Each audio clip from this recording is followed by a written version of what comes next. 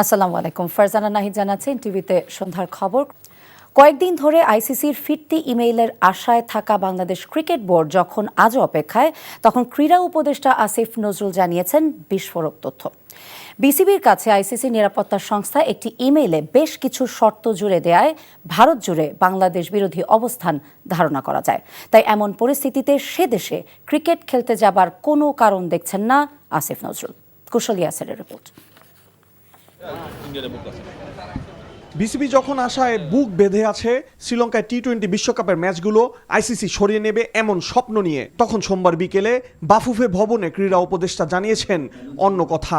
আসিফ নজরুল গণমাধ্যমে দৃঢ় কণ্ঠে জানিয়েছেন আইসিসি নিরাপত্তা বিভাগ থেকে বেশ কিছু শর্ত জুড়ে চিঠি দেয়া হয়েছে, যা পূরণ করা অসম্ভব। চিঠিতে বলা হয়েছে 3টা জিনিস হলে বাংলাদেশ টিমের নিরাপত্তা আশঙ্কা বাড়বে। একটা হচ্ছে বাংলাদেশ টিমে যদি মুস্তাফিজ অন্তর্ভুক্ত হয়, 2 হচ্ছে বাংলাদেশ যে দলের যে সমর্থকরা আছে, আমাদের ন্যাশনাল জার্সি আছে, এটা পরে যদি ঘোরাফেরা করে, আর 3rd হচ্ছে ইলেকশন যত এগিয়ে আসবে তত নাকি বাংলাদেশ দলের নিরাপত্তা আশঙ্কা বৃদ্ধি পাবে।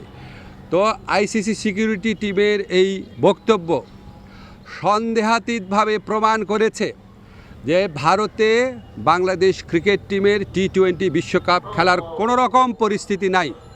অতীতেও আইসিসির বৈশ্বিক আসরের অনেক দল নিরাপত্তার কারণে নানা দেশে সফরে যায়নি, কিন্তু সেখানে নিরাপত্তা বিভাগের চিঠির ঘটনাটি একদমই নতুন।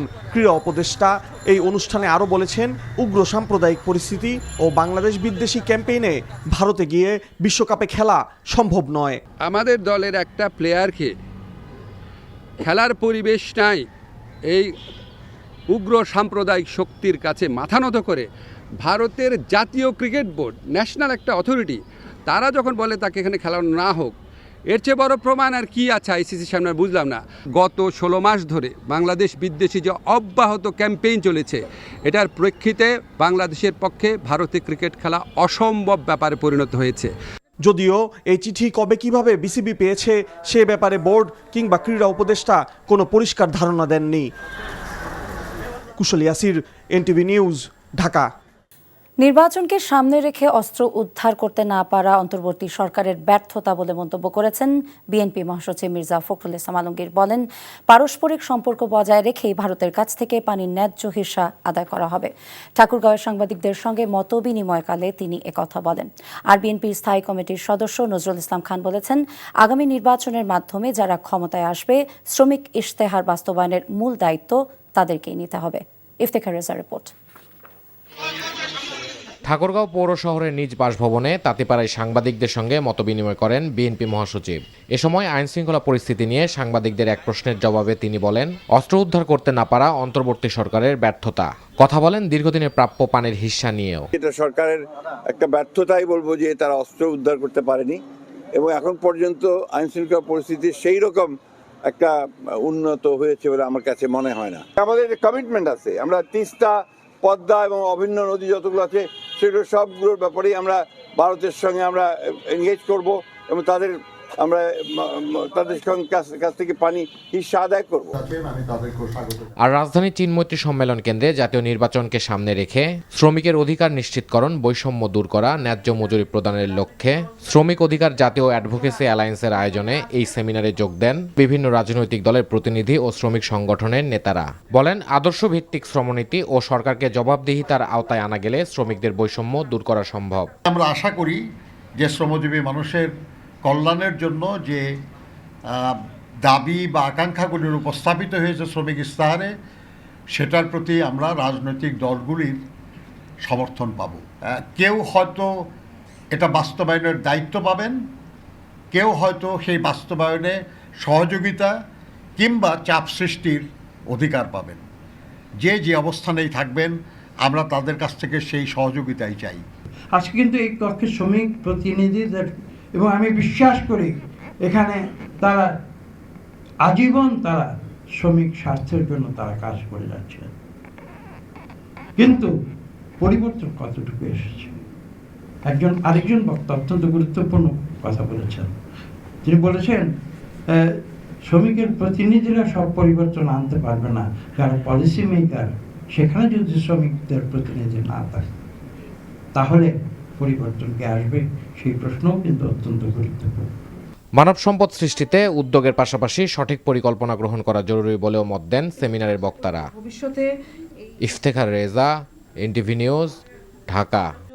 বিএনপি ও জামায়াতে ইসলামীর মধ্যে হাড্ডাহাড্ডি লড়াইয়ের আভাস মিলেছে international institute of law and diplomacy এবং ন্যারেটিভ সহ 4টি সংস্থার প্রাক নির্বাচনী জনমত জরিপে।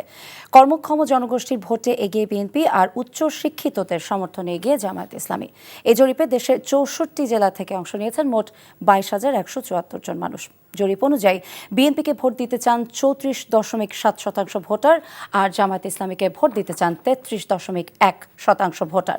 জরিপে দেখা গেছে বিএনপির প্রতি মানুষের আস্থা মূলত পূর্বের রাজনৈতিক অভিজ্ঞতার কারণে, আর জামায়াতকে পছন্দ করার পেছনে বড় কারণ হিসেবে উঠে এসেছে সততার বিষয়টি। এছাড়া দেশের 64 জেলা থেকে অংশ নেওয়া ভোটারদের মধ্যে নারীদের ভোট তুলনামূলকভাবে বেশি পেতে পারে জামায়াতে ইসলামী। জরিপে অংশগ্রহণকারীদের বড় একটি অংশ প্রাতিষ্ঠানিক সংস্কার, দুর্নীতি দমন এবং জুলাই অভ্যুত্থানের ন্যায় বিচার নিশ্চিত করার দাবি জানিয়েছেন। কক্সবাজারের টেকনাফে ওয়াইকং সীমান্তে স্থলমাইন বিস্ফোরণে মোহাম্মদ হানিফ নামের এক যুবকের বাম পা উড়ে গেছে। আশঙ্কাজনক অবস্থায় তাকে চট্টগ্রাম মেডিকেল কলেজ হাসপাতালে ভর্তি করা হয়েছে। এদিকে রোববার গুলিবিদ্ধ শিশু হুজাইফা আফনানের অবস্থাও আশঙ্কাজনক বলে জানিয়েছেন চিকিৎসকেরা। তার মাথায় অস্ত্রোপচার করা হলেও শঙ্কামুক্ত নয় আফনান। এই ঘটনার প্রতিবাদে মানববন্ধন করেছে বৈষম্য বিরোধী ছাত্র আন্দোলন এবং সর্বস্তরের মানুষ। ওয়ালিউল্লাহ অলির ডেস্ক রিপোর্ট। রোহিঙ্গা বিদ্রোহী গোষ্ঠীর হামলা ঠেকাতে নাফ নদীর মধ্যভাগে জেগে ওঠা কয়েকটি দ্বীপের চারপাশ এবং সীমান্তের নোম্যান্সল্যান্ডে নিষিদ্ধ স্থলমাইন পুঁতে রেখেছে মিয়ানমারের সশস্ত্র গোষ্ঠী আরাকান আর্মি। পুলিশ জানায় আহত হানিফ ওয়াইকাং সীমান্তের কাছে একটি চিংড়ির খামারে চাকরি করেন। সোমবার সকালে তিনি খামারে রাখা নৌকা ঠিকমতো আছে কিনা দেখতে গিয়েছিলেন। এ সময় পুঁতে রাখা স্থলমাইনটি বিস্ফোরণ হলে তার বাঁ পা বিচ্ছিন্ন হয়ে যায়। মাইন বিস্ফোরণের শব্দ এবং হানিফের চিৎকার শুনে গ্রামের লোকজন ঘটনাস্থলে গিয়ে তাকে উদ্ধার করেন। আমার ভাই তো জানা না ওখানে মাইন আছে, যাইছে নৌকাগুলো কাটি কাটি তোয়াইছে, ওখানে মাইন পড়ে গেছে ঠ্যাঙের তলে, মাইন পড়ে ট্যাংটা ছিঁড়ে গেছে। তো আমাদের এখন দাবি হলো শুধু সরকারের পক্ষ থেকে তাড়াতাড়ি যাইয়া ও মাইনটা উদ্ধার করা। মানুষের 24 জন্যই আতঙ্কে আছে। এখানে চোর ডাকাত অপহরণ সব কিছু চলতেছে এবং এখানে মাদক কারবার বেড়ে যাচ্ছে। এদিকে রোববার সকালে মিয়ানমারের রাখাইন রাজ্য থেকে ছোড়া গুলিতে আহত হুজাইফা আফনানকে চট্টগ্রাম মেডিকেল কলেজ হাসপাতালের আইসিইউতে ভর্তি করা হয়েছে। সেখানে লাইফ সাপোর্টে রাখা হয়েছে তাকে। আইসিইউর বাইরে কান্নায় ভেঙে পড়েন আফনানের স্বজনরা। চিকিৎসকরা জানিয়েছেন তার অস্ত্রোপচার করা হলেও মস্তিষ্কে থাকা গুলিটি বের করা যায়নি। আরাকান আর্মির হামলায় বাংলাদেশি শিশু হুজাইফা আফনান গুলিবিদ্ধ হওয়ার ঘটনার প্রতিবাদে চট্টগ্রামে বিক্ষোভ সমাবেশ অনুষ্ঠিত হয়েছে। চট্টগ্রাম প্রেস ক্লাবের সামনে বৈষম্য বিরোধী ছাত্র আন্দোলনের ব্যানারে এই কর্মসূচি পালন করা হয়। মানববন্ধন থেকে বক্তারা বলেন, বাংলাদেশ মিয়ানমার সীমান্তে আরাকান আর্মির হামলার ঘটনায় আতঙ্কে আছে টেকনাফবাসী। অন্তর্বর্তী সরকার এবং প্রশাসনকে এ বিষয়ে পদক্ষেপ নেবার আহ্বান জানান তারা। ওয়ালিউল্লাহ অলি, এনটিভি নিউজ ডেস্ক। চলতি অর্থ বছরের জন্য সংশোধিত বার্ষিক উন্নয়ন কর্মসূচির আকার 30,000 কোটি টাকা কমিয়ে 2,08,000 কোটি টাকা নির্ধারণ করেছে সরকার। প্রকল্প বাস্তবায়নে ধীরগতি এবং অর্থ ব্যয় সাশ্রয়ী হতে এডিপির আকার কমানো হয়েছে বলে জানিয়েছেন পরিকল্পনা উপদেষ্টা ওয়াহিদুদ্দিন মাহমুদ। পরিকল্পনা মন্ত্রণালয়ের এনইসির সম্মেলন কক্ষে একনেক সভা শেষে এসব কথা জানান তিনি। সরকারের নতুন ক্রয় নীতির সুফল মিলছে জানিয়ে পরিকল্পনা উপদেষ্টা বলেন, উন্নয়ন প্রকল্পের গুণগত মান বাড়লেও তদারকির নানা শর্ত জুড়ে দেওয়ার কারণে সঠিক সময় বাস্তবায়ন শেষ হয়নি। রাজনৈতিক অনিশ্চয়তার কারণে বিনিয়োগের স্থবিরতা কাটছে না। সরকার অযথা ঋণ নেয়ার পক্ষে নয় উল্লেখ করে তিনি আরও বলেন, দেশি বিদেশি বিনিয়োগকারীরা আকৃষ্ট হয় এমন প্রকল্পে ঋণ নেওয়া যেতে পারে। বিনিয়োগের গতি ফেরাতে সুদের হার কমানোরও তাগিদ দেন পরিকল্পনা উপদেষ্টা। সাফ চ্যাম্পিয়নশিপে আগামী আসরের আয়োজক হতে পারে বাংলাদেশ। ফুটবলকে ছড়িয়ে দিতে ঢাকার বাইরে আরও 2টি ভেন্যুতে প্রতিযোগিতার ম্যাচ আয়োজন করতে আগ্রহী বাংলাদেশ ফুটবল ফেডারেশন। এমনটাই জানিয়েছেন বাফুফের সভাপতি তাবেত আওয়াল। নর্মাল ফুটবলের মেন্স টুর্নামেন্টটা মোস্ট প্রবলি বাংলাদেশ হোস্ট করবে।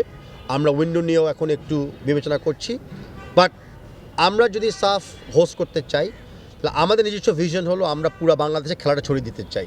সেখানে আমরা চাবো অ্যাটলিস্ট 3টা ভেন্যুর জন্য আমরা ব্যবহার করতে পারি, মানে ঢাকা ইনক্লুড বা ঢাকার বাইরে 2টা ভেন্যু নিয়ে। তাই আমি মনে করি যে সাফটা আসলে জমজমাট হবে, আর আমরা হোস্ট হিসাবে দেখাতে পারবো যে আমরা একটা ভালো টুর্নামেন্ট হোস্ট করতে পারি। এই ছিল সন্ধ্যার খবরে। এই খবরের ভিডিও সবটি জানতে ভিজিট করুন এনটিভি অনলাইন www.ntvd.com। এছাড়া এনটিভি জনপ্রিয় সব অনুষ্ঠান এবং খবরের আপডেট জানতে ভিজিট করুন আমাদের ইউটিউব এবং ভেরিফাইড ফেসবুক পেজ। রাত 10:30 রাতের খবর দেখার আমন্ত্রণ রইল। সবাইকে ধন্যবাদ।